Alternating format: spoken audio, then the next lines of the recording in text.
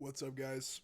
I don't I don't know what that was. What's up, guys? I'm gonna be doing a little Jeopardy thing for you guys, just like I did. I did this a couple weeks ago, actually, where I'm gonna be going over two different situations, and I'm gonna ask you what you think you should do and what I think you should do based on the board that we are presenting. So, daily reminder to go work out, go exercise, live a good, healthy, and positive life.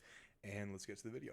All right, so here we have a Doflamingo versus a Law. We have a pretty big board on the blue player side and a very wide board on the red player side.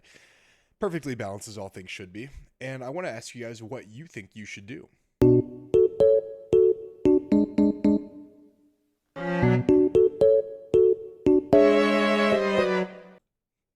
Okay, there's two different situations that you could do depending on the kind of player you are. Me, I'm a more safe kind of player, and I like to go for the guaranteed win rather than the possible win, even the more so probable win. So let me show you the two different situations. If you're going to go for lethal, what I think you should do is if you don't think they have Radical Beam, then you could just play the Mihawk to bottom deck the Queen, and then attack 9k into his life with the Mihawk. If he doesn't counter out of this one right here, then you automatically win, because if he takes this hit, he goes to 4 cards in hand, and then to get out of a 13k, because you still have 1 Don left over with the Kaido, to get out of a 13k, he'd have to give you the Radical Beam, which is 9, and then he'd have to give you a 2k, which is 11, and then another 2k, which is 13, and then a 1k, which is 14. And then your Doflamingo attacks for 5k into his life, you automatically win.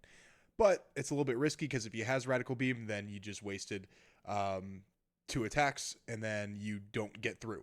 So the issue is, or I'm sorry, so I probably wouldn't go for game here, even though it is very likely that you do have game right here.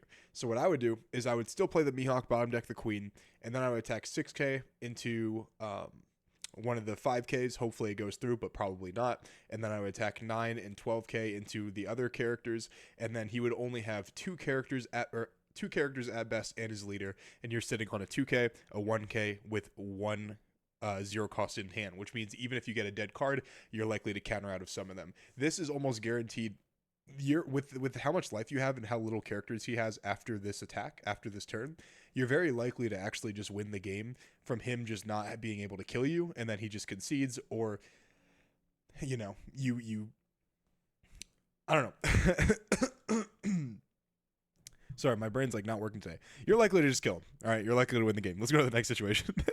All right, so next situation, we got Doflamingo versus Bonnie. We have on the Doflamingo side 7 Don up. We have 2 characters on the board. We have our leader effect active because it was stacked properly by a Perona. And we have, about 7 cards in hand. Bonnie with 6 cards in hand, 3 life. Got a Cavendish, a Bonnie, 2 blockers. What do y'all think is the best thing to do in this situation?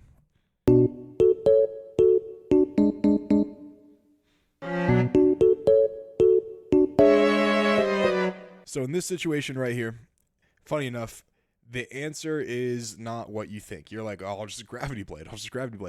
Gravity Blade is great, but it's better to Gravity Blade characters that actually matter. So the only character that really matters is Cavendish. So I wouldn't waste a Gravity Blade on just a Cavendish, even if it means they get to restand 2 extra Dawn next turn, because you're already favored in this matchup anyway, so what is this 2 extra Dawn really going to do? So what you should do is, because your Dofi effect is active, you can attack into life, use your leader effect, play a character off the top. I don't remember what it is because I had this, saved from a long time ago. But you play a character off the top, and then you can, with the character he doesn't rest, which is probably going to be the Jinbei, attack into the Bonnie for 5, right? Even if the Bonnie lives, it doesn't matter too much, right? So then you play Jinbei. Jinbei plays Gecko Moria. Gecko Moria gets back a 2k from your trash, and you call it a day. Next turn, he's going to 1, 2, 3, 4, 5, 6. He's going to 8 Dawn next turn. Best case scenario, he plays Hody. You have 5 characters on the board. You have plenty of counter in hand, and there's not really a whole lot he can do. If he doesn't play Hody and he plays something like Hawkins, well, then guess what? You got the Gravity Blade for next turn. That is so much better than just Gravity Blade Raging Tiger and then bottom decking a Cavendish and then a Bartolomeo or a Rosinante. It's better to Gravity Blade Raging Tiger like a Hawkins and a Cavendish, or Cavendish and a Rouge or something like that. because once you have a board of 5 characters, if they make one small misstep and you wipe their board because of it, and you still have 4 or 5 characters or 4 or 5 attacks, you're in business. I'll tell you that much. Bonnie can only rest 1 character per turn, so the second that you start overwhelming them with these bodies, I mean, they're a deck that doesn't really generate a lot of card advantage. So you're just gonna keep chipping away and chipping away and chipping away at their hand. But yep, let me know what you guys think of this. I want to do more of these, so if you guys want to send me these on Discord, please let me know, and I can kind of do a little breakdown for you. Like I said, guys, if you guys want to join the Discord and start sending me some of your clips, that would be really cool. We have a little channel right at the top says review my game, and I'll review those games. If you send me those clips, we'll find situations like this, and then we'll kind of go from there. And that could be a video as well. So yeah, feel free to join the Discord. Link's gonna be down below, and peace.